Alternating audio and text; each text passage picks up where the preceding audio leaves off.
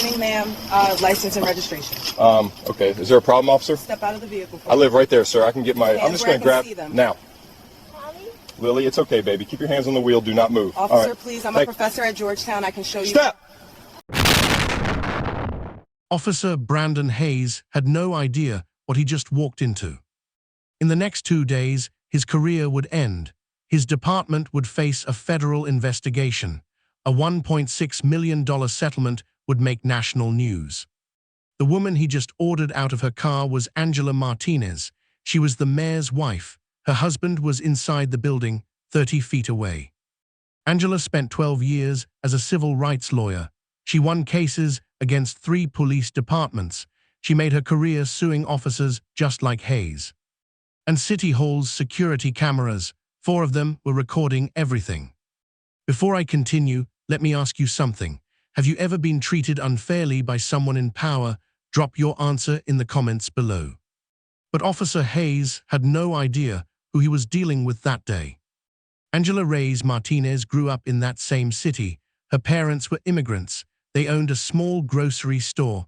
Angela worked hard in school. She got into Howard University Law School. She became a civil rights lawyer. For 12 years, she fought for people who were treated unfairly by police. She won big cases. Her work forced 3 police departments to change their training. She helped victims get over $8 million in total. Then she met David Martinez. They were both law students. They fell in love. They got married 15 years ago. When David ran for mayor, Angela stepped back from her law career. She wanted to support him. She started working on education programs for kids in the community. People in legal circles called her the woman who made departments rewrite their rules. Now here's what makes this story even more interesting. On this Tuesday afternoon, Angela was just reviewing notes. She had a children's reading event coming up on Thursday. She parked in her husband's reserved spot. She waited for him to finish his budget meeting. She had no idea she was about to become famous. Her story would start a national conversation about racial profiling. Officer Brandon Hayes had a file that should have ended his career years ago. He was 34 years old. He worked as a cop for 8 years. On paper, he looked normal, but his complaint file told a different story. 14 formal complaints in 6 years. Every single one involved Black or Latino drivers. Every single one was dismissed. The department called them unfounded or said there was not enough evidence. Let me tell you about some of these complaints. In 2019, Hayes pulled over a black surgeon driving a BMW. Hayes claimed the man was driving badly. His body camera stopped working during the stop. The complaint was dismissed. In 2021, he stopped a Latino business owner outside his own restaurant. Hayes held him for 45 minutes. He said the man matched a suspect description, but no such suspect existed in any police report. In 2022, he gave a ticket to an elderly black woman. She was parked in her own driveway. A judge threw out the ticket and called it baseless. Internal Affairs flagged Hayes twice. Both times, his union rep got the reviews stopped. Other officers had a nickname for him. They called him Ticket Brandon. He was known for giving lots of tickets to minorities in nice neighborhoods. Type accountability in the comments if you think 14 complaints is too many to ignore. But this time, Hayes picked the wrong car, on the wrong street, in front of the wrong building. It was Tuesday, March 14th. The time was 2:47 in the afternoon. Angela's silver Mercedes sat in a parking spot. The spot had a sign that said, "Reserved Mayor's Office." The sign was right in front of her car. It was a normal Tuesday at City Hall. Workers walked around on their lunch breaks. Security guards stood at the main entrance. Landscapers trimmed the bushes nearby. 4 security cameras pointed at the driveway. They recorded everything that happened there. Angela sat in her car with the engine off. Soft classical music played. Her windows were partly down. She read through her speech notes for Thursday's event. Up on the 3rd floor, Marcus Webb sat in his office. He was the mayor's chief of staff. His window looked right down at the driveway. At 2:47 p.m., a patrol car pulled up behind Angela's Mercedes. No lights, no siren. Officer Hayes got out. his hand was already near his gun. He walked to her window. He did not say his name. He did not show his badge number. He just demanded her license and registration. He said her car was stolen. Angela was confused, but she stayed calm. She tried to explain. She said she was waiting for her husband. She pointed at the building. That's when everything changed. If stories like this matter to you, make sure you hit that subscribe button. You don't want to miss what happens next. Angela stayed calm. She told Hayes the car was registered in her name. She offered to show him her papers. Hayes ignored her. "Exit the vehicle," he said. "Can I ask what stolen vehicle report you're talking about?" Angela sighed. "I'm parked in my husband's spot." Hayes did not answer her question. He just repeated his command. His voice got louder. Angela tried again. "I'm Angela Martinez, the mayor's wife." Hayes laughed. "Sure you are," he said. He accused her of lying. Angela pointed at the sign, "Reserved Mayor's Office, it's right there." "Anyone can park in a spot," Hayes said. "I could arrest you for obstruction right now." Angela asked for his badge number and name. Hayes refused at first, then he gave only his badge number. He ran her plates. He knew what he would find. The dispatcher came back on the radio. The car was registered to Angela R. Martinez. No stolen vehicle report existed. Her registration was valid. No warrants. Here is the part that matters most. Instead of saying sorry, Hayes doubled down. He said her behavior was suspicious. He wrote her a ticket for suspicious activity in a municipal zone. Meanwhile, people were watching. A security guard saw the confrontation. He radioed inside the building. A city council member was walking to her car. She stopped. She took out her phone. She started recording. Up in his office, Marcus Webb was already filming from his window. He sent a text to the mayor.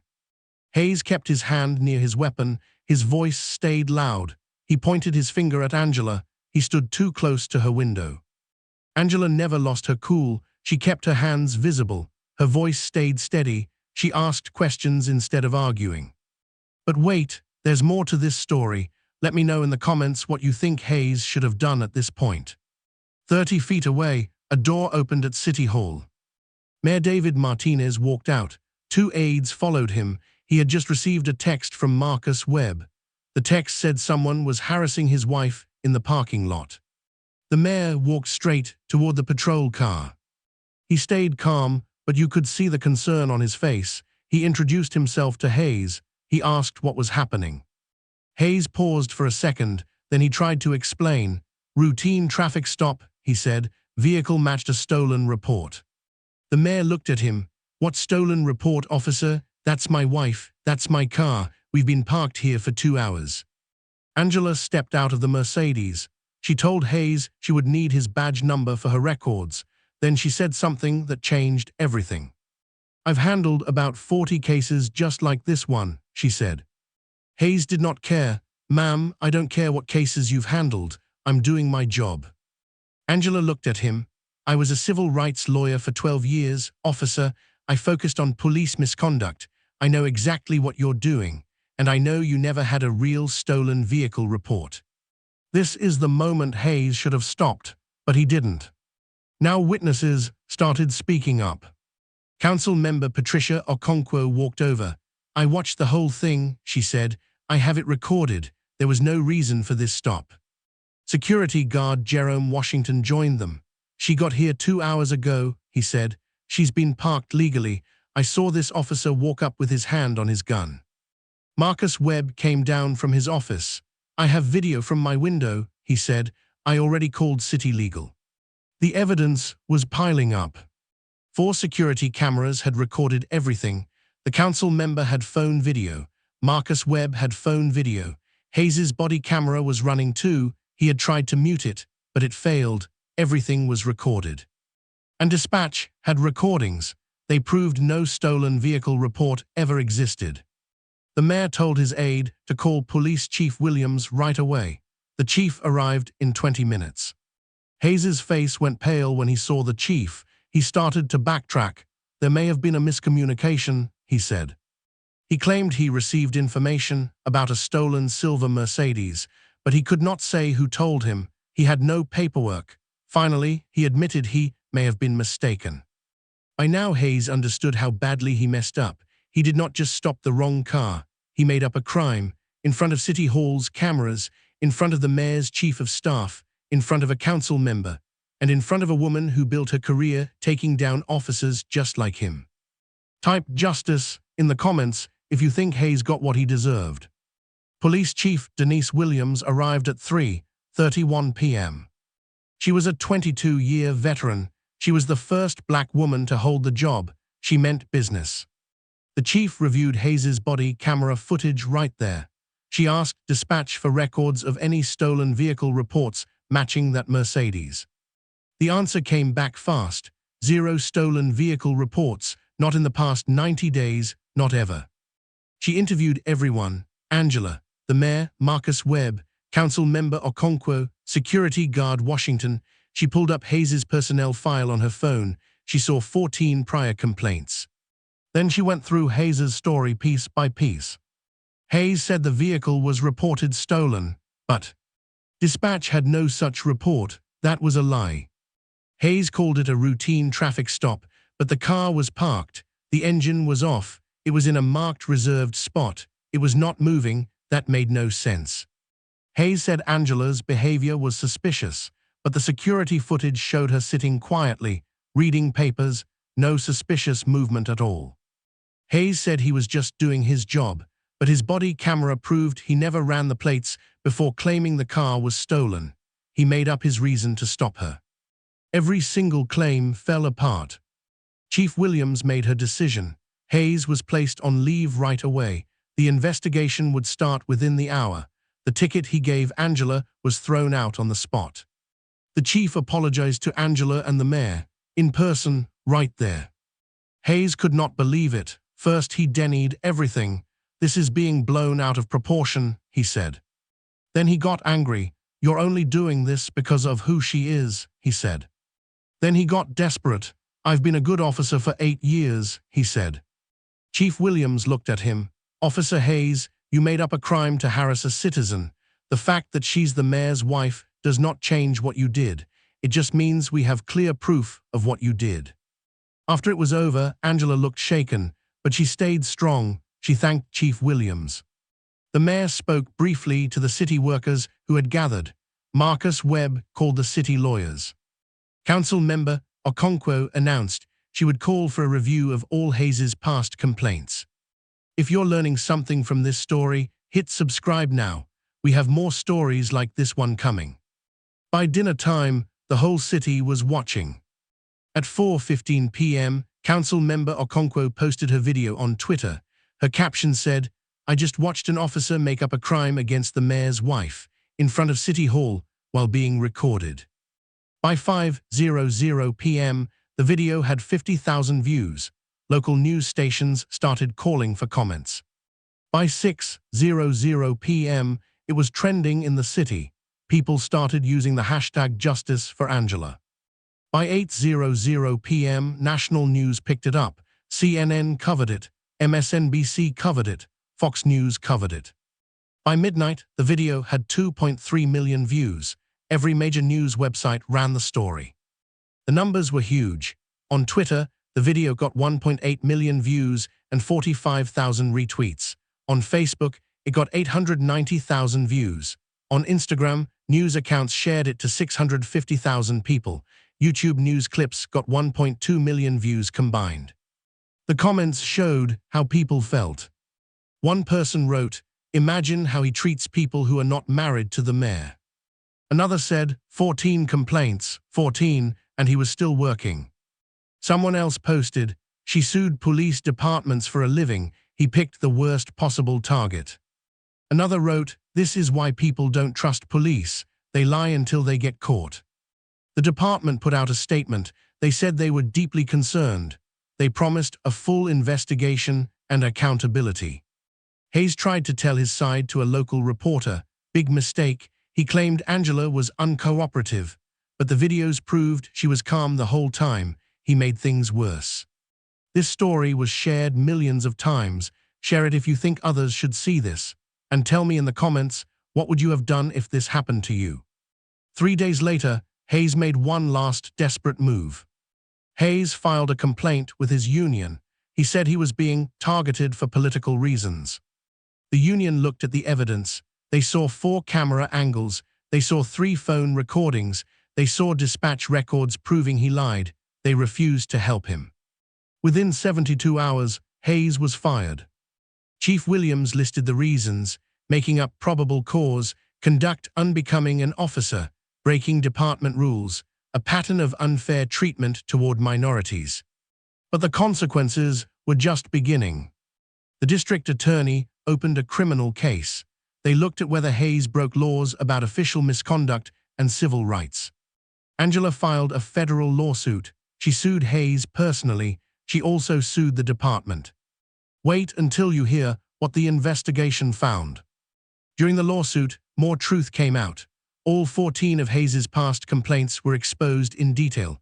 Every single one involved targeting Black or Latino drivers.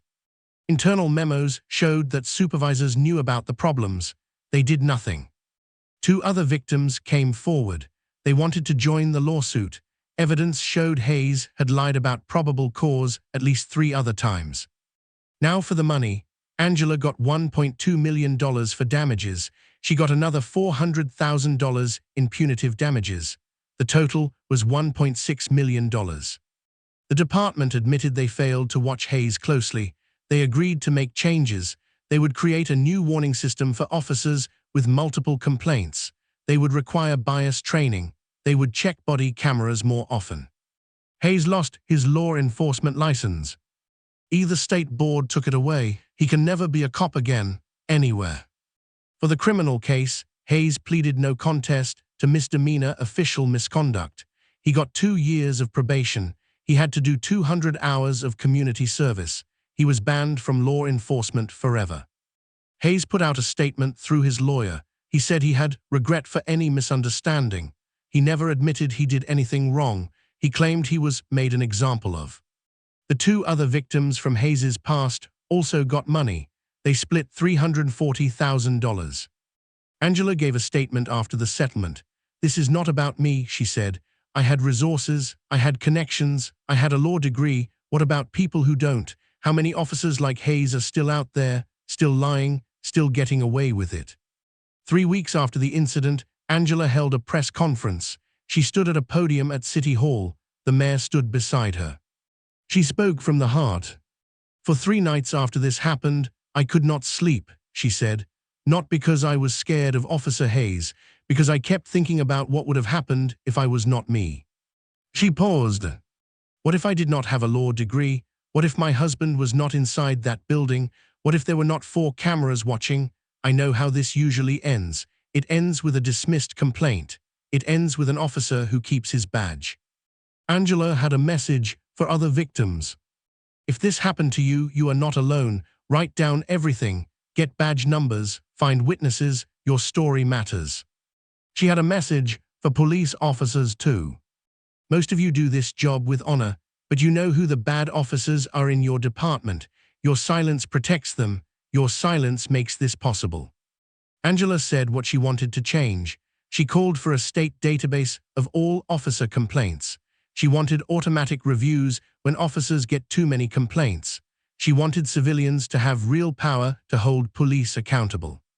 She thanked everyone who helped: Council Member Okonkwo, Marcus Webb, Chief Williams, the security guards, the thousands of people who shared the story online. Then she ended with words that stuck with people. "My name protected me that day, but your name should protect you too.